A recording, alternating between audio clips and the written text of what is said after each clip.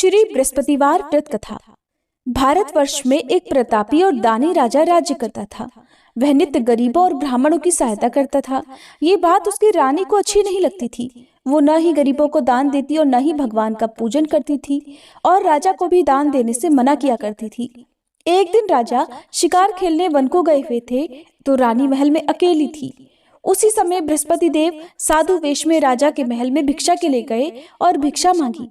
रानी ने भिक्षा देने से इनकार कर दिया और कहा, हे साधु महाराज, मैं तो इस दान पुण्य से तंग आ गई हूँ। मेरा पति सारा धन लुटाते रहते हैं। मेरी इच्छा है कि हमारा धन नष्ट हो जाए, फिर न रहेगा बांस, न बजेगी बांसुरी। साधु ने कहा, देवी तुम तो बड़ी विचित्र हो। धन संतान तो सभी चाहते हैं, पुत्र और लक्ष्मी तो पापी के घर भी होने चाहिए। यदि तुम्हारे पास अधिक धन है तो भूखों को भोजन दो, प्यासों के लिए प्याऊ बनवाओ, मुसाफिरों के लिए धर्मशालाएं खुलवाओ। जो निर्धन अपनी कुमारी कन्याओं का विवाह नहीं कर सकते, उनका विवाह करा दो। ऐसे और कई काम हैं जिनके करने से तुम्हारा यश लोक परलोक में फैलेगा। परंतु रानी पर उपदेश का कोई प्रभाव न पड़ा। कहने लगी, महाराज आप मुझे कुछ मत समझाइए। मैं ऐसा धन नहीं चाहती जो हर जगह बांटती फिरूं। साधु ने उत्तर दिया कि यदि तुम्हारी ऐसी इच्छा है तो तथास्तु। तुम ऐसा करना कि बृहस्पतिवार को घर लीपकर पीली मिट्टी से अपना सिर धोकर स्नान करना, भट्टी चढ़ाकर कपड़े धोना। ऐसा करने से आपका सारा धन नष्ट हो जाएगा। इतना कहकर वह साधु महाराज वहां से आलोप हो गए। साधु के कहे अनुसार बातों को पूरा करते करते रानी को केवल 3 बृहस्पतिवार ही बीते थे कि उसकी समस्त धन संपत्ति नष्ट हो गई। अब भोजन के लिए राजा का परिवार तरसने लगा। तब एक दिन राजा ने रानी से कहा, हे रानी, तुम यहीं रहो, मैं दूसरे देश को जाता हूँ, क्योंकि यहाँ पर सभी लोग मुझे जानते हैं, इसलिए मैं कोई छोटा काम नहीं कर सकता। ऐसा कहकर राजा परदेश चला गया। वहां वह जंगल से लकड़ी काटकर लाता और शहर में बेचता।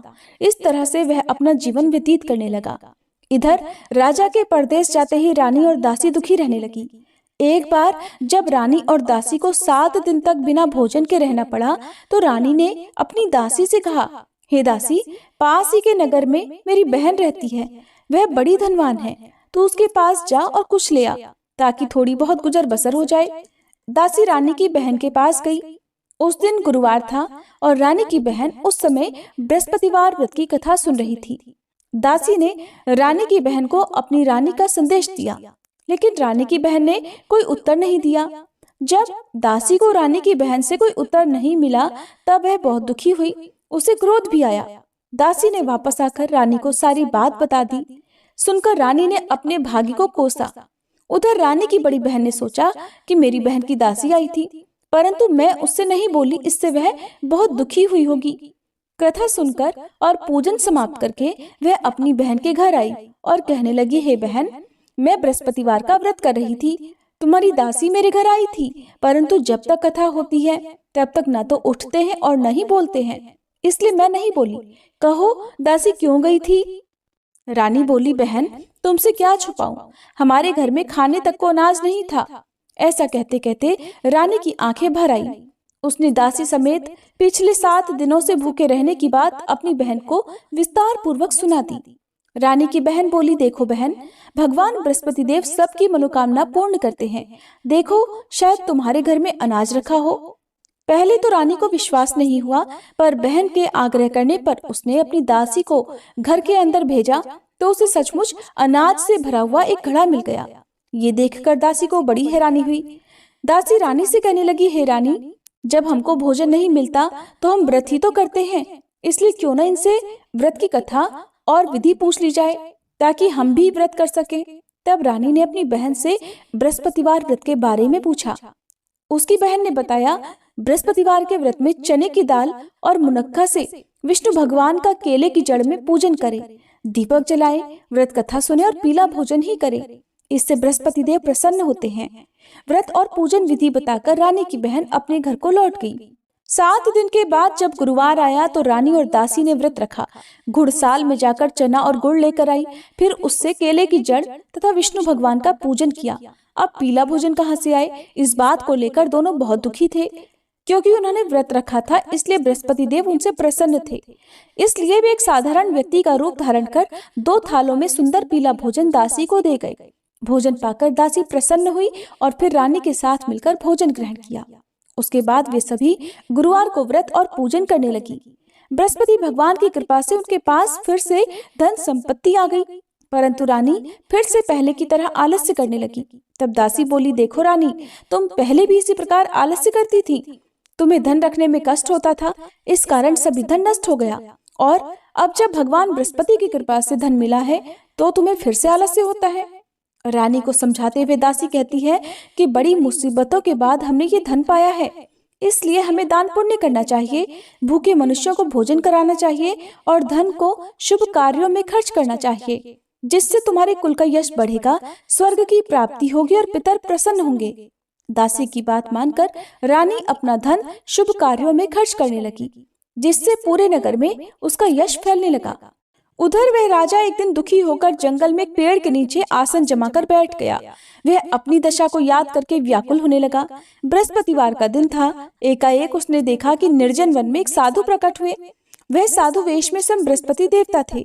लकड़हारे के सामने आकर बोले, हे लकड़हारे, इस सुनसान जंगल में तू चिंता मगन क्यों बैठा है?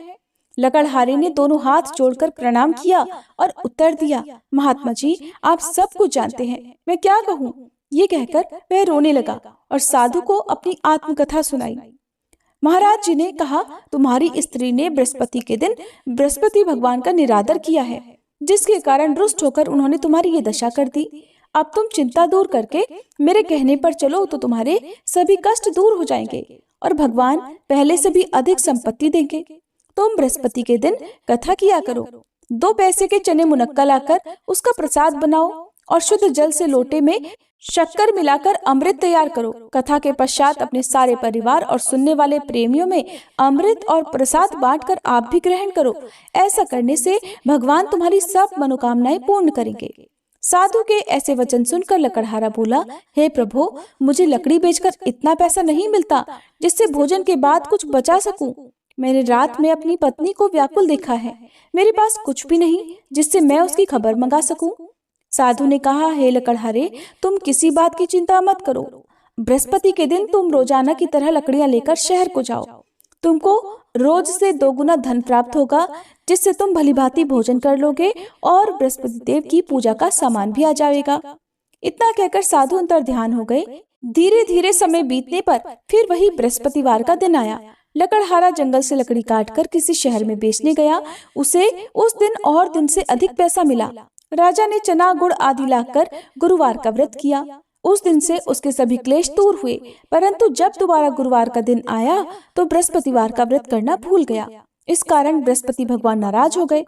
उस दिन उस नगर के राजा ने विशाल यज्ञ का आयोजन किया था और शहर में ये घोषणा कर दी कि कोई भी मनुष्य अपने घर में भोजन न बनाए, न आग जलाए। समस्त जनता मेरे यहाँ भोजन करने आए। इस आज्ञा को जो न मानेगा उसे फांसी की सजा दी जाएगी। इस तरह की घोषणा संपूर्ण नगर में करवा दी गई। राजा की आज्ञा अनुसार शहर के सभी लोग भोजन करने गए, लेकिन लकड़हारा कुछ देर से पहुंचा, इसलिए राजा उसको अपने साथ घर लिवा ले गए और ले जाकर भोजन करा रहे थे तो रानी की दृष्टि उस खूंटी पर पड़ी जिस पर उसका हार लटका हुआ था। वह वहां पर नहीं दिखाई दिया। रानी ने निश्चय किया कि मेरा हार इसी मनुष्य ने चुरा लिया है। उसी समय सिपाहियों को बुलाकर उसको कारागार में डलवा दिया। जब लकड़हारा कारागार में पड़ गया और बहुत दुखी होकर विचार करने लगा कि न जाने कौन से पूर्व जन्म के कर्म से मुझे यह दुख प्राप्त हुआ है, और उसी साधु को याद करने लगा जो कि जंगल में मिला था। उसी समय तत्काल बृहस्पति देव साधु के रूप में प्रकट हुए और उसकी दशा को देखकर कहने लगे, अरे मूर्ख, तूने बृहस्पति देव की कथा नहीं करी, इस कारण तुझे ये दुख प्राप्त हुआ है। अब चिंता मत कर, बृहस्पतिवार के दिन कारागार के दरवाजे पर 4 पैसे पड़े मिलेंगे। उनसे तू बृहस्पति देव की पूजा करना, तेरे सभी कष्ट दूर हो जाएंगे। बृहस्पति के दिन उसे 4 पैसे मिले। लकड़हारे ने कथा कही। उसी रात को बृहस्पति देव ने उस नगर के राजा को स्वप्न में कहा, हे राजा, तुमने जिस आदमी को कारागार में बंद कर दिया है वह निर्दोष है, वह राजा है, उसे छोड़ देना। रानी का हार उसी खूंटी पर लटका है। अगर तू ऐसा नहीं करेगा तो मैं तेरे राज्य को नष्ट कर दूंगा। इस तरह रात के स्वप्न को देखकर राजा प्रातःकाल उठा और खूंटी पर हार देखकर लकड़हारे को बुलाकर क्षमा मांगी और लकड़हारे को योग्य सुंदर वस्त्र आभूषण देकर विदा कर दिया। बृहस्पति देव की आज्ञा अनुसार लकड़हारा अब अपने नगर को चल दिया। राजा जब अपने नगर के निकट पहुंचा तो उसे बड़ा आश्चर्य हुआ। नगर में पहले से अधिक बाग, तालाब, कुएं तथा बहुत सी धर्मशाला, मंदिर आदि बन गई हैं। राजा ने पूछा, ये किसका बाग और धर्मशाला है? तब नगर के सब लोग कहने लगे, ये सब रानी और बांदी के हैं। तो राजा को आश्चर्य हुआ और गुस्सा भी आया।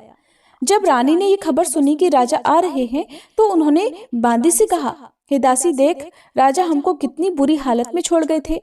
हमारी ऐसी हालत देखकर वो लौट ना जाए, इसलिए तू दरवाजे पर खड़ी हो जा। आज्ञा अनुसार दासी दरवाजे पर खड़ी हो गई। राजा आए तो उन्हें अपने साथ लिवा लाई। तब राजा ने क्रोध करके अपनी रानी से पूछा कि ये धन तुम्हें कैसे प्राप्त हुआ है? तब उन्होंने कहा, हमें ये सब धन बृहस्पति देव के इस व्रत के प्रभाव से प्राप्त हुआ है।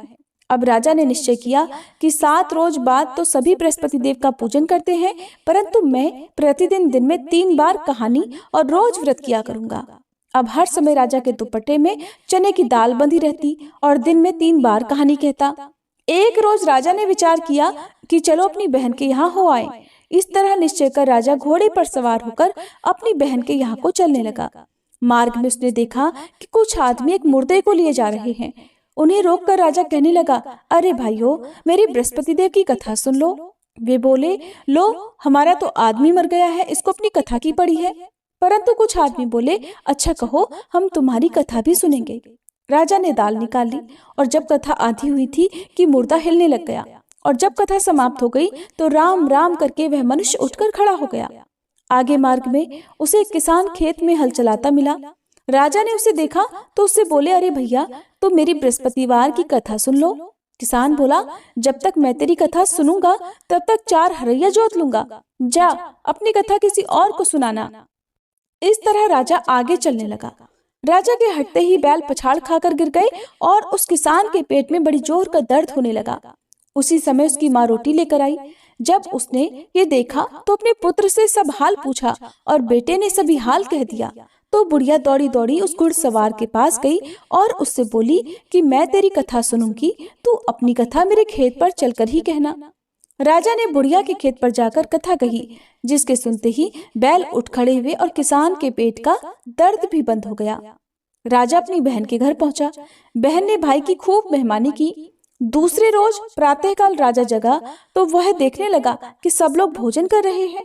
राजा ने अपनी बहन से कहा, ऐसा कोई मनुष्य है जिसने भोजन ना किया हो? मेरी बृहस्पतिवार की कथा सुन ले।